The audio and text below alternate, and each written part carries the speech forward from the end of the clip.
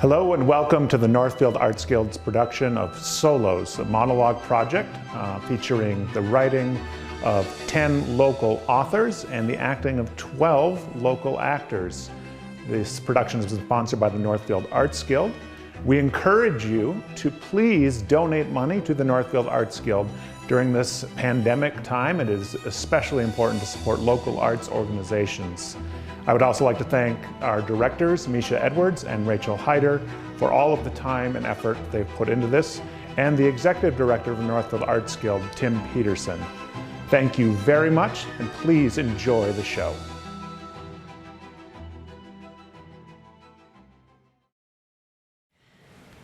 At 55, you told me you'd had a colonoscopy while visiting home in Columbia. At 29, in Houston, your wet black eyes bore into my soul and you asked me to be your wife.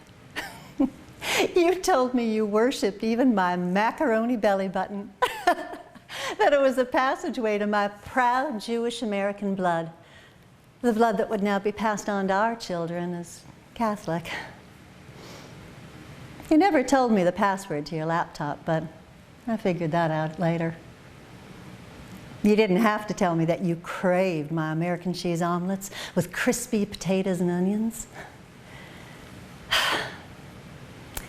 You said I was going to be the reason that you were going to survive cancer. In remission, you told me your California college roommate wondered why you'd married an older woman. You told me you had to be truthful with me since, I asked. Later that night, when I was climbing into our bed, you told me to leave. When the doctors told you you had 6 days to live, you told me to call your roommate and have him fly us in his private plane to Bogota. You told me you needed to be buried next to your parents. You said to stay in Bogota till I got the inheritance due, that your brother would try to keep it all for himself. There you told me to hold you in bed like a child while the relatives streamed in to hear your final words. The praises you'd had from the CEOs at Procter & Gamble and Exxon and Coke, who'd paid good money for your words. The stories about your rascally school days and the powerful men y'all became. The dreams you had for our 3 children, all while your breath soured. You told me to hold you and to not let you go. When your eyes closed, mine were still open. You never told me your password, but you never didn't tell me either. You said you always wanted to be truthful with me. Your jacket still smells like your aftershave. And the lining, it's like a silk shawl around my shoulders. And I'm back home in Houston, and I am so cold.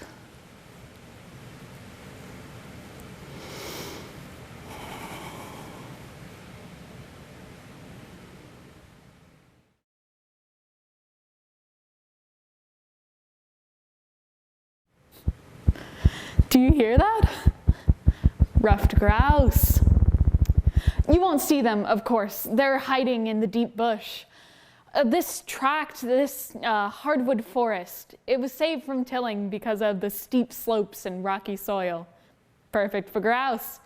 And about 40 other species of birds. Look, see the hawk? Red-tailed hawk. And those turkey vultures. This is what I love about my job. Out here, I always feel totally content. I suppose I should be afraid, although I've never been followed out here. I've been threatened, followed at night, more times than you can imagine. We hear it in the springtime. The male grouse make the sound by rotating their wings. In some species, behavior is not so gender specific. Birds, butterflies, a lot of insects actually have both male and female characteristics. But I'm not going to make a lot of arguments comparing animal and human behavior. I used to do that. I used to make detailed arguments. But you know, people are just going to believe what they want to believe. I don't bring people here, usually. I don't want to expose this delicate environment to a lot of traffic. I do bring my students here, though. Last summer, we sampled 12 streams to measure aquatic diversity. Here's what we found. Streams like the one here that have more diversity of life are better equipped to handle stressors like drought. Oh, come on. I'll take you down now, down to the stream.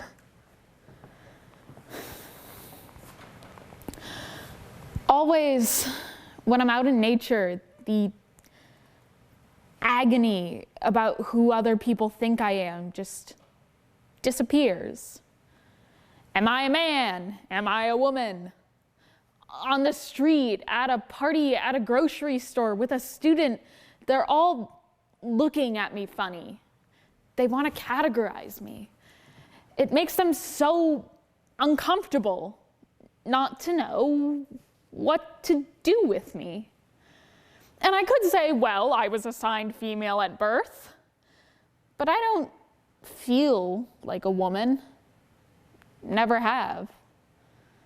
On the other hand, I don't feel like a man either. It just doesn't fit for me. Since it's closer, I do present more like a man, but I don't want to be a man. I don't want surgery, and I don't want to take away the feminine parts of myself. It's funny. As a scientist, I'm always putting things in categories, and I could tell you all about the way that scientists are looking at gender on a spectrum now, not just two choices.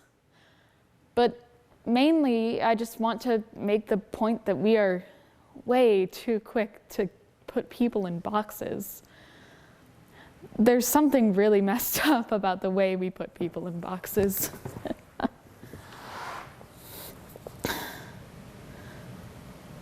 Listen, people are not who you think they are. Not a single one. You think you got someone pegged? You don't. People are not what they seem. And even if you could figure them out, they're like this stream. They're always changing, being fed by something deep underground.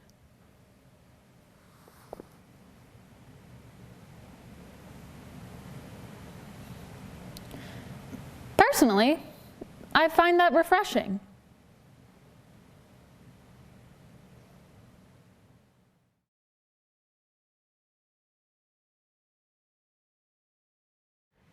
It's a beautiful memory. My brother and I were so close, some would say inseparable. But that day, it would have been the best day of my life. That was until my brother collapsed. We had been playing in the ocean, and he was trying to scare us, saying, "Whoa, there's a shark in the ocean." I can still remember his voice. We'd been playing by the beach all day, and to this day, that is one of the most memorable times with my brother. But when we were going to the car, he passed out in the sand. We weren't sure what was wrong with him. I was terrified. I remember calling out to my mom, not knowing what was wrong with him, and telling her that I thought he was sleeping. She tried to wake him up, but he wouldn't budge, so she ended up calling 911, and the ambulance came. As the sirens got quieter and quieter, I remember asking my dad what was happening, and he simply said, "They're going to help George wake up." You know, at such a young age, I could hear the pure panic in my dad's voice. But now it's different. We rushed to the hospital, and when we got there, my dad rushed to the vending machine and got me some Skittles. Oh, I remember picking through all of the Skittles, making sure that I didn't eat the purple ones. My dad noticed me doing this, and he asked why. And I remember saying so innocently, because the purple ones are George's favorite. Yeah, he responded, but he sounded very sad. I didn't, at the moment, understand why. A little while longer, my mom came out with tears rushing down her cheeks. That is when I noticed something was wrong. My dad asked, "What's wrong?" with even more sadness in his voice. Soon enough, I noticed the absence of my brother, and I asked my mom where he was, not knowing that at the young age of 8, my brother George was diagnosed with stage 3 cancer.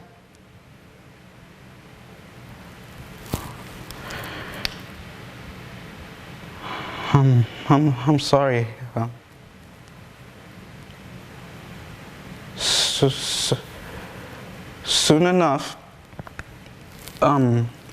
Soon enough, my grandparents came and picked me up, and I stayed at their house for what seemed like forever. Each time, I would ask my grandma if we could go see George, and she simply said, "Soon." Every now and then, my dad would come by and talk to my grandpa and give me some Skittles.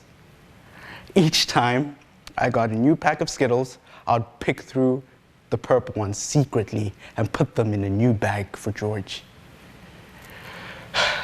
One day, my dad came by and said, "We're going to visit George." I was ecstatic. I remember grabbing the purple Skittles in the bag from the room that I was sleeping in, and we went off. But, I won't forget the conversation we had in the car. He told me that my brother was sick and he wouldn't speak much.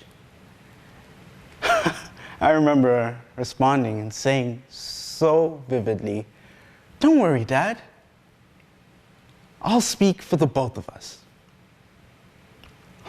Once we got there, I saw my mom for the first time in weeks, and I hugged her. I hugged her like there was no tomorrow. She took my hand and led me into a strange room. And in that room was George. I was so full of happiness and excitement that would be soon taken away. I remember taking the bag of Skittles out of my pocket, ready to tell him the whole story. And then I was interrupted by a strange beeping noise.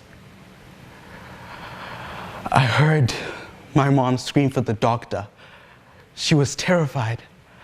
I was petrified. I couldn't even move, but I got quickly rushed out of the room. A little while later, I heard complete silence and a scream from my mother. And to this day, I never eat the purple ones.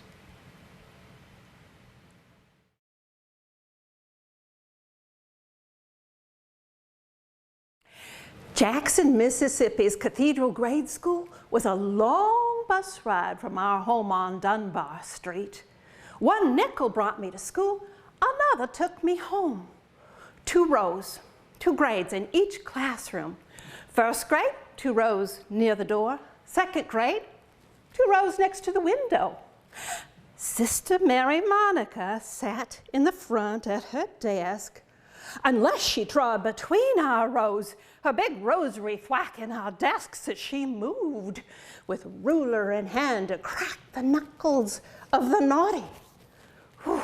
Bathroom in the back, filled with the scent of a toilet which seldom ever flushed. Above that door, which didn't quite close, Jesus, taller than any of us and dripping blood, hung from a large crucifix. 3 hours, lunch, recess, and then came the rosary. Wartime, time to pray for our boys. Desk seats flopped down for kneelers, facing the bathroom and the crucifix. Sister led the 5 decades of the rosary. Not terribly interesting, very repetitive and difficult to stay awake. Oh, knee pain helped with wakefulness. Sister never did discover that my heart was not in the repeated Holy Mary, Mother of God. If she had, maybe she'd have closed that bathroom door. Now, my heart belonged to Henri LaBeach or maybe Eddie Thomas. I knew I was in love with one of them. I just couldn't decide which. Well, Henri was tall and blonde and looked like Dick from the Reader. Oh, and Eddie had shiny shoes and tap dance. I had planned a dinner date where I would wear a strapless black velvet formal with elbow-length white gloves. The menu? Hamburger and French fries. But I had to keep the ketchup off the fingers of those gloves. Oh, Mother's comment, use a fork. My sister Patty was next for 1st grade, and Sister Mary Monica noticed quickly that she was left-handed. This was not acceptable. Mother was called in for a conference. Now, Sister held that left-handedness was a sign of low IQ. Mother held that this was God's choice and best not to mess with it. Patty broke in. My mama graduated from Rosary College, and she's the smartest person in the room. Well, Sister caved, but she still had a couple of arrows in her quiver. Nobody knows exactly what Patty did to loose Sister's wrath. Her glare came straight from the Ice Age. Patty Vogel, you will never have a nice house in heaven if you keep that up. 1st grade Patty, who had the heart of a lion, stood up next to her desk. Don't worry, sister, I'm going to bring my own hammers and nails. Oh, some days we could almost hear Mother's prayer. Oh, dear God, when will this war ever end?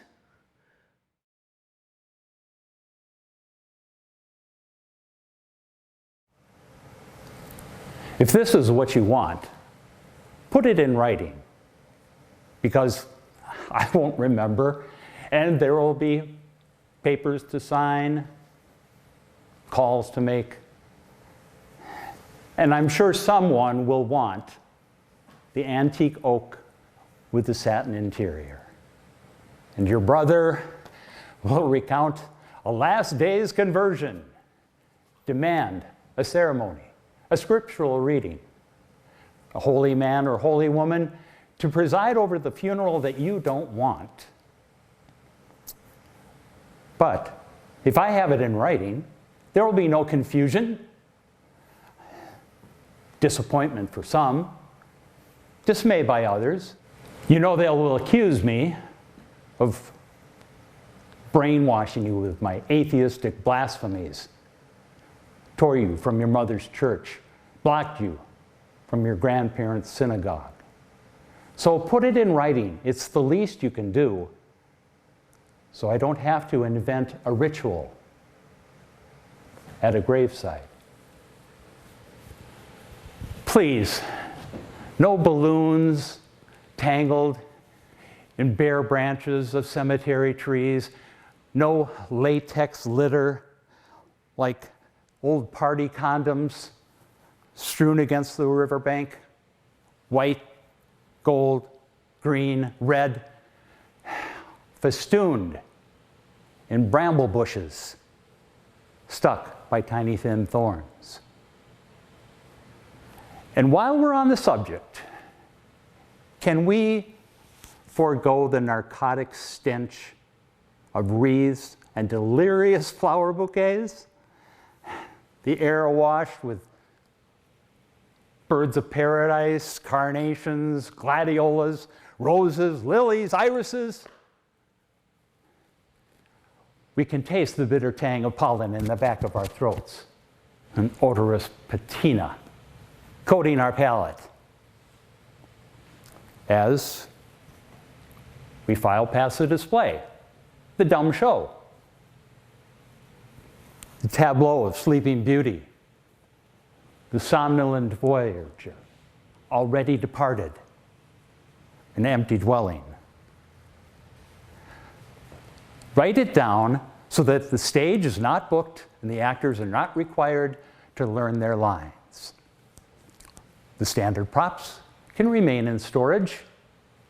And once all of the signatures are collected, we can dispel with ritual.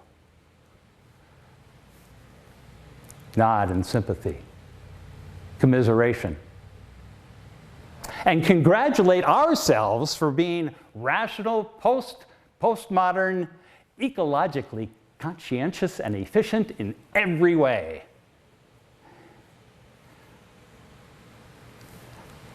Minimal fuss, an obituary, donations made to your favorite charity, a simple pine box, an appointed time. No need to be present. Operators are standing by. No drain on the real estate. Compact and expeditious. In you go on a slab, and out you come. A few cups of dry ash. And we sigh, knowing we will not be bothered and kept awake by Edgar Allan Poe thoughts, burning the back of our eyes. No telltale heart beating in our ears. No tinkling bell in the family crypt. No raven perched above my bedroom door kind of nonsense. No rotting flesh or rattling bones to steal our peace. Just an unassuming ash in a modest box that we place on the dining room table, under the impression that we must still somehow watch over you in your first days of your abandonment of us. From there you migrate to a shelf on the bookcase, and you'll be moved when we do the dusting to the top of the mantle in the living room. Once you make your way, no one's quite sure how, to a side table, just out of reach, tucked behind the family portrait, at last at peace, at last out of harm's way, protected from accidental falls and casual curiosity. Obviously, this will not be your final resting place for your mortal remains. Forgetfulness postpones the journey, impedes the closure of the pact that we made, because it's not easy to get away at this time of year, and New York City ain't cheap. Besides, who would go alone to carry out a last wish, one that was surely not made in earnest? Can you even throw a dead person's ashes off the back of the Staten Island ferry? Surely, you can wait until next summer. By then, I might have company. We could reserve a room for a week in a modest hotel. I mean, why go all that way for one day? We could see a play, go to MoMA, Times Square, Central Park, the Empire State Building, Coney Island, Ground Zero. I know you'd approve. You always wanted me to see New York. This will be our final pilgrimage, a worthy and symbolic journey to ghost those you once took. Now I walk in your steps, carrying your ashes, the most condensed and irreducible proof of your carnal, once upon a time existence. Until the time is right, you and I board the Staten Island ferry. And when no one is looking, I unscrew the lid on the special vessel in which you have compacted into a dense gray powder. Checking to be upwind, I upend the container over the water and watch as you fly off, at last carried away on the brisk, water-laden air to become, yes, if only you could write all of this down, once more a part of the elemental world.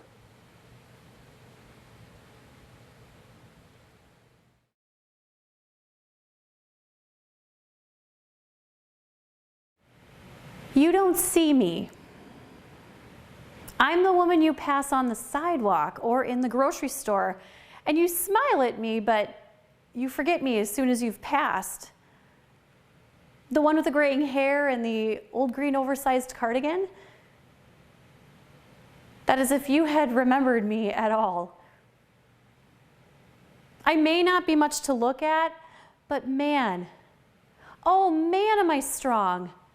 You have no idea how much weight I can carry.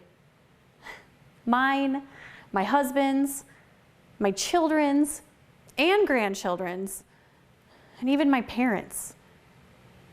Well, one of them these days. We lost my dad about 2 decades ago, and a grandson a few years back. Oh, that was hard. So I'm no stranger to grief and loss. I've come to understand the seasons of life. I have not decided if I like them, but I understand now. My wisdom sometimes comes off as wise-ass, but I've learned to bat my lashes and tilt my head just so when I do let it rip.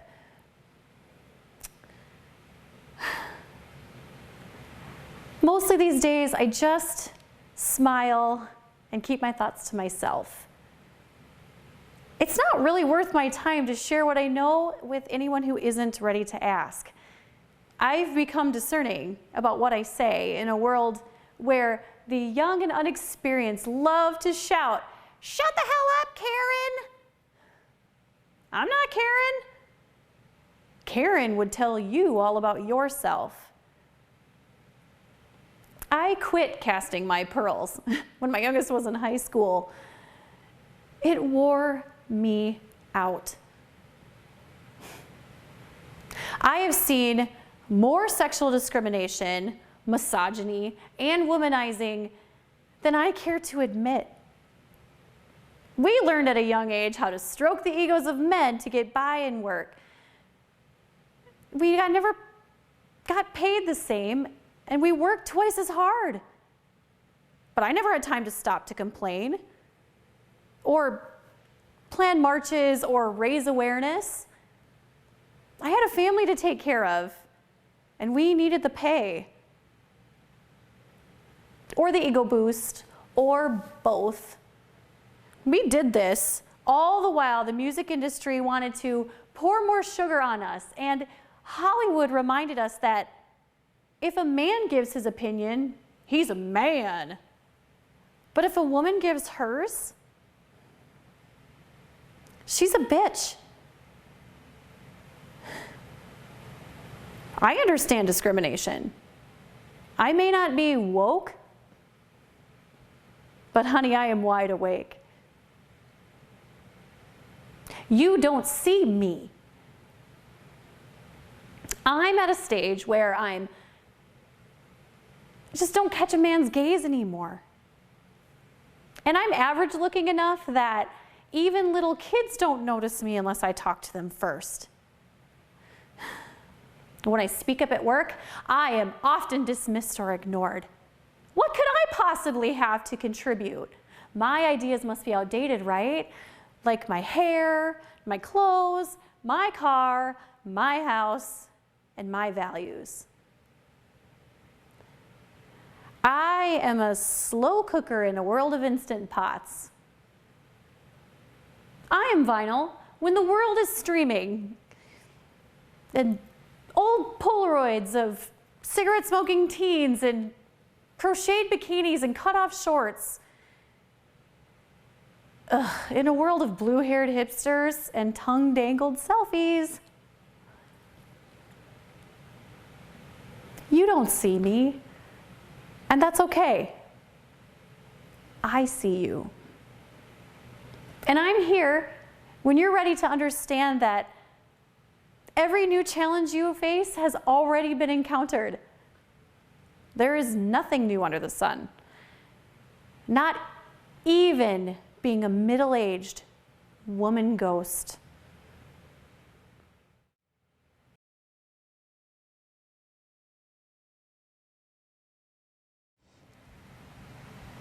Last night I dreamt about my grandmother. We were at the park feeding the pigeons like she used to love to do. She threw the seed and smiled at me with pure joy. The birds flew up suddenly, startling me. She took my hand and said, "It's okay, princess. Everyone is afraid sometimes." I've only glimpsed the depths where my mothers have gone before. My great-grandmother, locked away for life in an asylum when her third baby came into this world, never to set eyes on her children again. My grandmother, with her line of locks on her apartment door, opening them only when she was not by herself, she stayed inside with the Lysol-drenched surfaces, trying to scrub away her fear. My mother, locked inside the bathroom, screaming for us to give her something to live for, crying because she could not bring herself to take her own life and give that burden to her children, fear gripping her with its icy hands, sadness to her core. And me, on the other side of that bathroom door, not knowing what to say or do, my 12-year-old self fighting back the tears, ready to disown my father for not understanding. How could he, though? He married into this craziness. His family were foreigners to the dark. In my head runs a litany of what my mother had to live for. How could this amazing woman not know her worth? She was raising 2 strong girls and shared wisdom beyond measure. She created an emergency food pantry from the ground up, feeding hundreds. Her energy brought life to the world.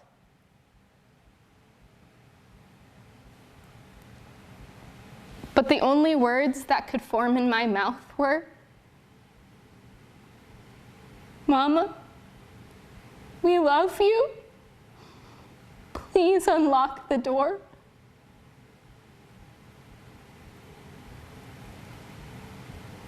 I've seen this darkness. I've been taught not to talk about it. But here I am, holding my own crying baby girl. "I don't know why I'm sad," she sobs. Her teenage years approach. My brain races through the research I've done. The hormonal surges that trigger a chemical imbalance and stop the neurotransmitters from creating the needed dopamine. This is not what she wants to hear. Why? Why does this happen to me? We need to talk about it. generations of women facing the darkness alone, as if being pulled into depression is something to be ashamed of, to look away from, to fear and isolate. Yes, men too. But in my family, it is the women on their own. The men drown the grief with alcohol. They get mean and ugly. But they are not alone. We need to talk about that too. In this moment, though, there's not much to say. My role is to be, to listen, to find the tissue box and not judge the tears, to hold on and let her know I will always be there. My hand is here, even while I do not fully understand. We talk about it. Sometimes we scream about it. Sometimes we cry about it. Sometimes the darkness just needs a tiny glimmer of light to break through. Sometimes a story is the best way to show a little light. We tell ours. A faint hint of a smile forms. Once there was a little girl who used to love stomping through mud puddles. She would get herself covered with mud and couldn't stop laughing. Then with the mud dripping from her hair, she would run through the yard, climb the tallest tree, and pretend she was a monkey. And she was really happy, really, really happy. And when she was happy, the whole world was happy because she had the power to spread pure joy just by the intensity of her laugh. Some days, though, she wasn't happy. Some days she was just sad. But she didn't really understand sad, so she would get really mad instead. She would throw things and kick and scream and be an all-around little stinker. Her mama and papa knew that this was just the yin to her yang. And if we wanted to see that absolutely amazing little girl flying through the trees, lifting her face to the sun and making the whole world beautiful, well, the other days we would just have to stand by the screaming. So we did. And we loved her. And she's still absolutely amazing and wonderful. And she still sees crazy, beautiful things in this world that not many people can see. And some days she's still sad. Because it's the yin to her yang. The world just moves like that.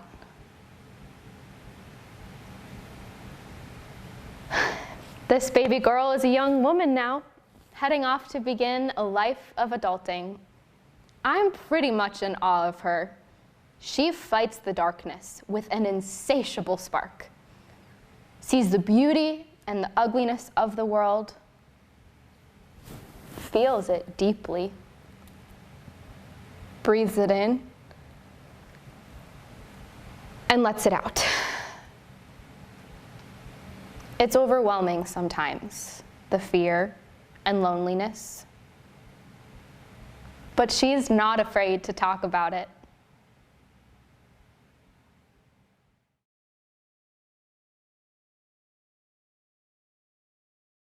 Yes? Yes, I'm Lucille Clark. You're from what newspaper? I've never been asked to talk to someone from a newspaper. I came up to Chicago from Memphis, 1892. Yes, I'll be going to Brown University, then I'll get my law degree. I don't know why that's so surprising. Other women like me have done it. Okay, well, a few. Why am I going? I am a teacher, and This is all that is left of my school. You see those big brick buildings? Some men wanted the land our school sat on. And since it wasn't in the neighborhood designated for the colored, they just took it. That's all. They wanted it, so they took it. The place I teach now is a shambles. My students can't afford housing. They forced us in overcrowded neighborhood, then jacked up the rent. The school board doesn't care. We are shut out. And I wish they would listen to me, but I bet they would listen to Ida Wells. You don't know her. Ida B. Wells Bennett. I've seen her speak. She never backs down. Oh, she spoke out against lynching, you know? Oh, well, what you don't know about the land of the free, home of the brave, about 100 black men every year murdered. Ida spoke out, and they set fire on her publishing business in Memphis, burned it down. Yeah. I came to Chicago after the People's Grocery lynching, and I was only 5. But I do remember, Lord, I do remember. You want details? Ida B. Wells Bennett has laid down all the details. I suggest that you read and disseminate them. What's stopping you? Oh, wait. Who owns your newspaper? I will tell you, though, what's like to be stalked by dogs. Walking your path, minding your own business, you come into their sight where they hunker in a gathering park, hungry, mean. They tail you from a distance, quivering, backing, whining and quivering for a fight. And when they come close, you can feel their excitement. See the strings of saliva dripping from their yellow teeth. And you try not to look at their faces. Something is wrong in their head. And all the while, you're walking faster and faster in desperate sweat. Your heart's like a clock, gone berserk, hands clenched to your chest for the fear the car leaping by your side will tear into you, pull you down. You can't outrun them. No trees to climb. And you wish that you had something in your hands to wave at them. You start wishing for any savior or a rock face to open and embrace you into its cool cavern. But that's a fantasy. You could turn and see them. But you have nothing in your hands. And you see in their faces, they don't have the ability to reason. Only the horrible delight of this insane game they're playing. You know, I might have given up. If not for Ida, should have said, keep persisting, get your law degree. I've got to have something in my hands.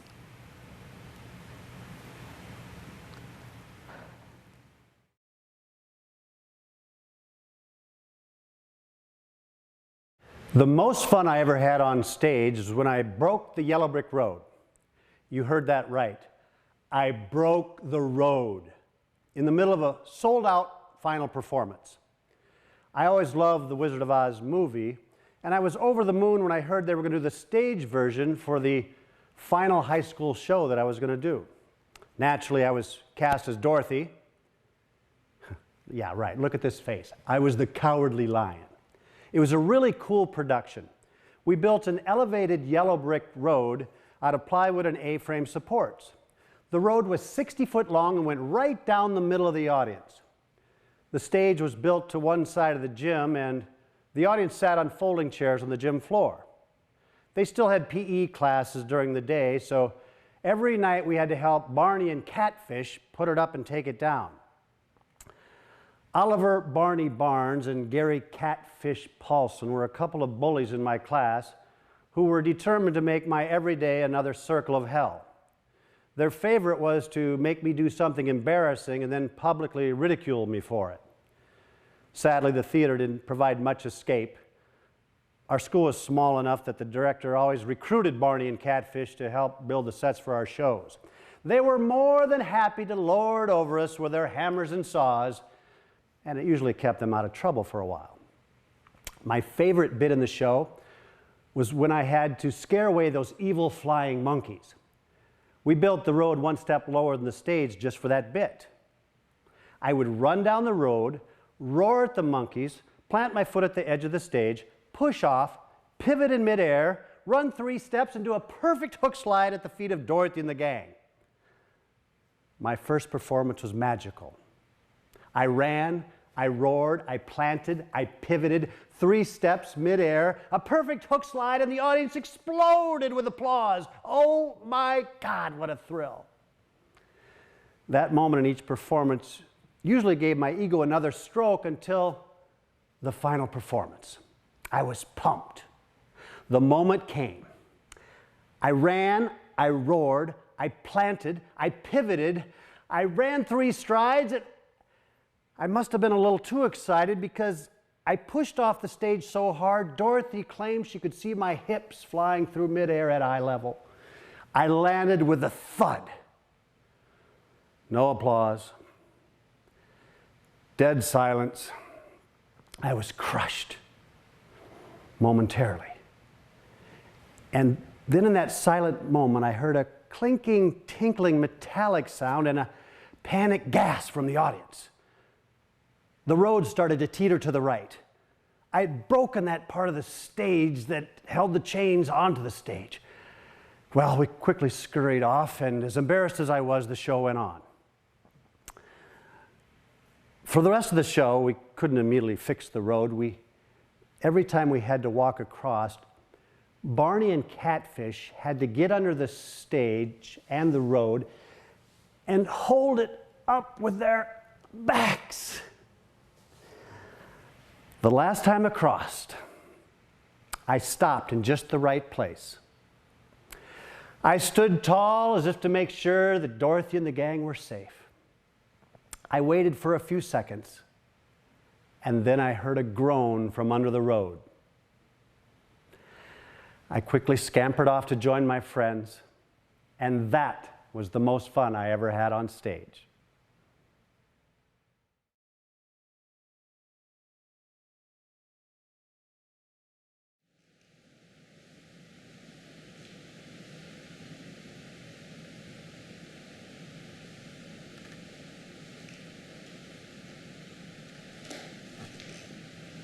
My mother's been on my mind a lot lately. Mom has always been a great quilter. I've often thought of her like a quilt. Fabric, really. These random pieces all put together into a pattern. When I was a kid, I never noticed the patterns. She was just this warm blanket. Colorful, sometimes a bit ugly, with colors that didn't really seem to go together when you looked at them close. But when you stood away from it, they seemed to be okay, taken as a whole. Mostly though, she was just this blanket, this comforting blanket, and I never really looked at the pieces, the colors, the pattern. She was just there to cover and to protect, to shelter. And then as she got older, she was brushed cotton, soft, but still substantial. And then the fabrics and the patterns became more interesting. They each implied a story. Where did this fabric come from? Occasionally I'd recognize a piece of fabric from a shirt or a dress. It was stuck in there with other things that I couldn't recognize. I knew though that if this little piece of fabric was from that dress she wore during the summers when it was really hot, the one that made my dad smile when he saw she had it on, then I figured there were other pieces of fabric in her quilt that had histories too, even if I didn't know what they were. And those pieces, those histories made up the quilt. And it was soft. And it was comfortable.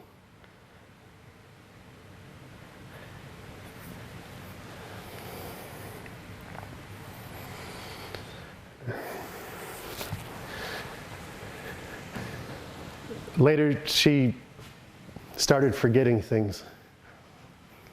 It was like she was no longer a quilt, but wool that had gotten a few moth holes in it.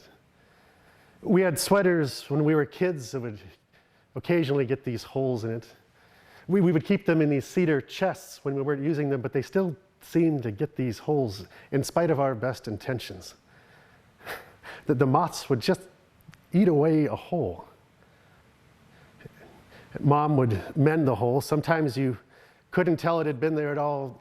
Sometimes it just looked drawn a little too tight.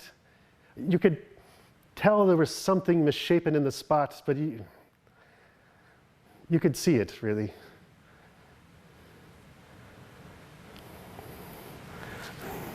And then,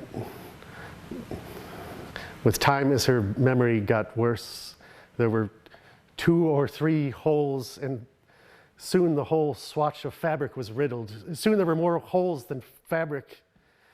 My sturdy, colorful quilt of a mom had turned into something with a lot of holes. And from that wounded material, she turned into a delicate lace. Her mind crocheted a path between the holes. Now that lace is getting more and more delicate. Soon they say there'll be nothing but a spider web. A few things will get caught, but generally it'll just float in the breeze.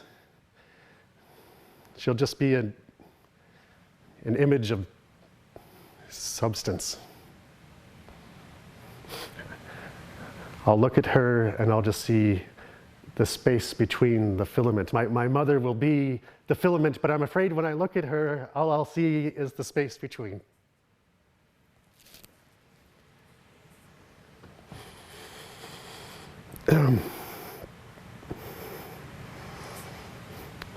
Even with spider webs, there are those that are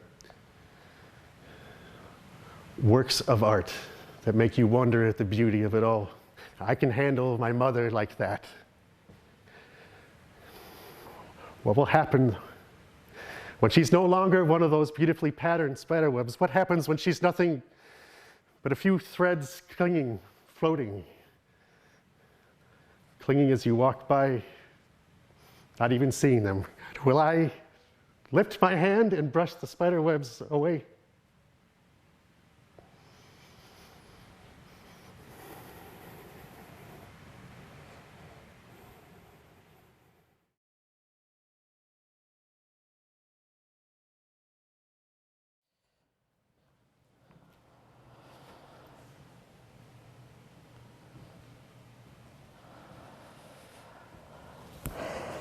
I have a precarious relationship with my brain.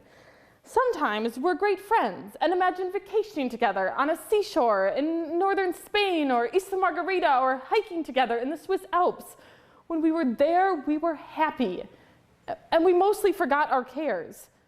My brain is pretty smart too. We got through college and earned enough credit hours to add up to a master's degree, had they all been in the same field. We worked hard to learn 6 languages, know 3 of them pretty well, fluent in 2. My brain is good at figuring things out, both in the academic and the personal social realms. My brain and I are also good work colleagues. My brain keeps flooding me with new creative ideas and helps me figure out how to bring these ideas into reality. We learn by trial and error, more trial and more error, until we've got the general idea, and then we move on to method, tweaking and innovating and making sample after sample until we're satisfied, and then we move on to conquer something else. My brain's not afraid to admit when it doesn't know something. It took a while to realize, but I figured out that you can look almost anything up on the internet. Now the internet is my brain's go-to whenever it has a question or wants to learn something new. Brain and I are pretty good at making friends and taking care of others and keeping a balance by also taking care of ourselves. We like to think our own thoughts and aren't very enthusiastic when others tell us how to do things, especially things that we obviously already know how to do. Like the time my dad was drawing a map, giving me directions using home as our starting point.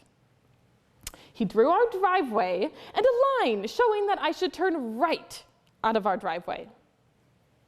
Brain got pretty offended because anyone with even half a brain would know that you have to turn right out of our driveway because we live at the end of a dead-end street. And if you turn left, you'd go straight into the viaduct. Brain is a little touchy about being underestimated. Brain wants others to know that it's perfectly capable of doing things on its own. And if it wants help, and the internet won't do, it will ask for help. But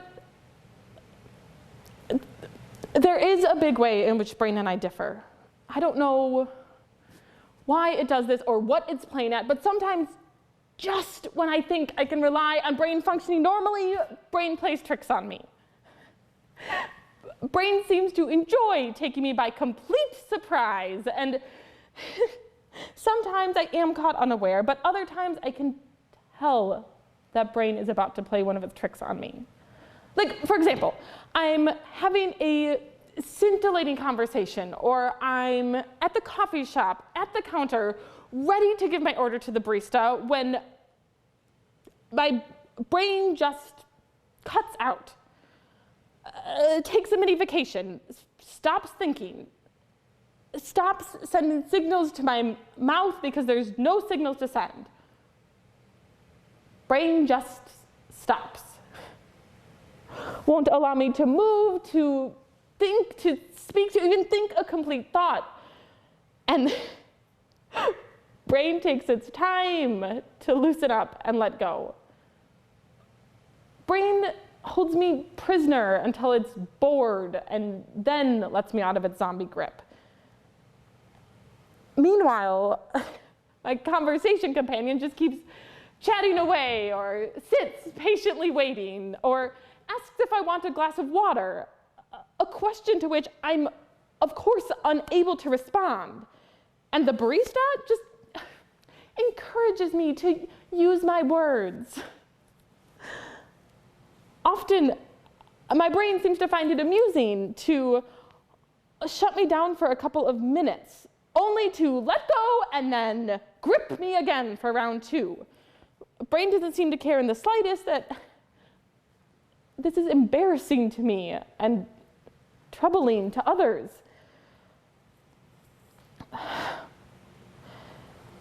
Sometimes my brain is really mean and attacks me in the early morning hours when I'm still asleep.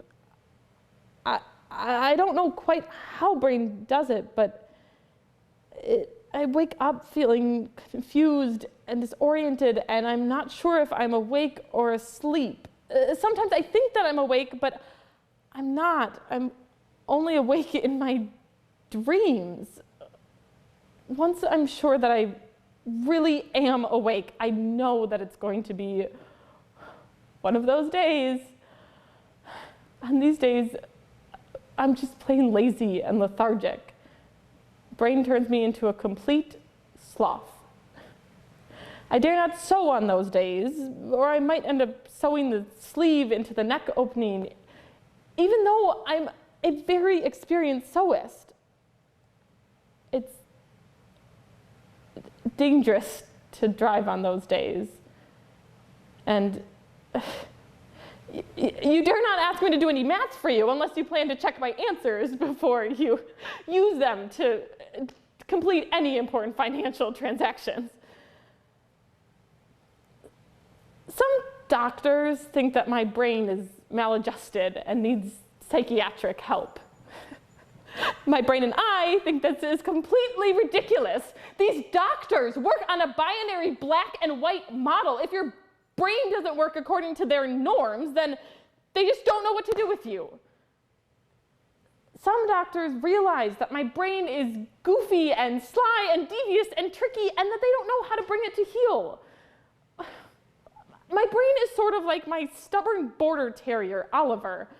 He has a mind of his own, and sometimes when you call him to come, he just looks at you quizzically like, "Ha! You think you're in charge? You foolish, silly woman."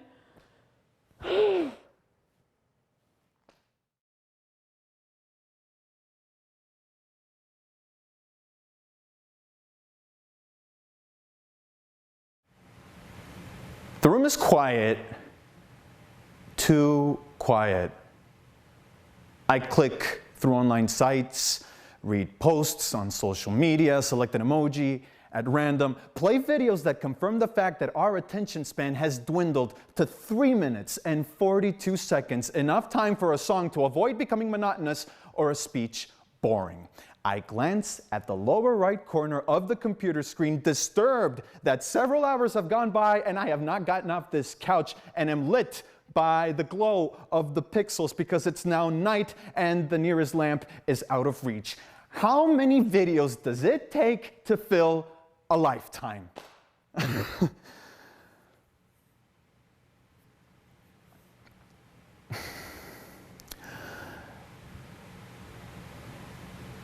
I remember what I've been trying to forget. You left resoundingly, slamming the apartment door, as if it were the weapon you wished you could use on me.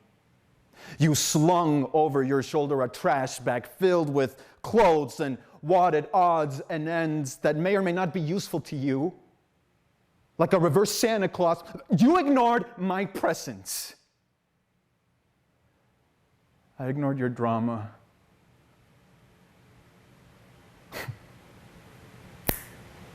Gone. You left no forwarding address. I continue to surf the web when my finger pauses over a photograph, one of those outer space photos from NASA. Endless black over the soft, milky blue of Earth. I zoom in on a white speck, enlarging the image several percentiles. The speck brightens, grows appendages, a bubblehead. There are no grappling hooks or tethers attached to the lone astronaut. I gaze like the camera that took the photograph as the solitary figure floats up and away. I want to call out to the astronaut, call him or her to come back. The person in the spacesuit is unrecognizable, just as you were for weeks and months.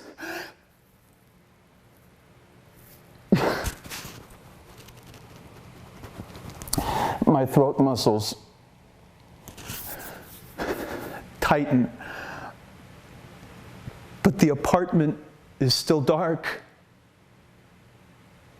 The lamp is nowhere closer than it was before.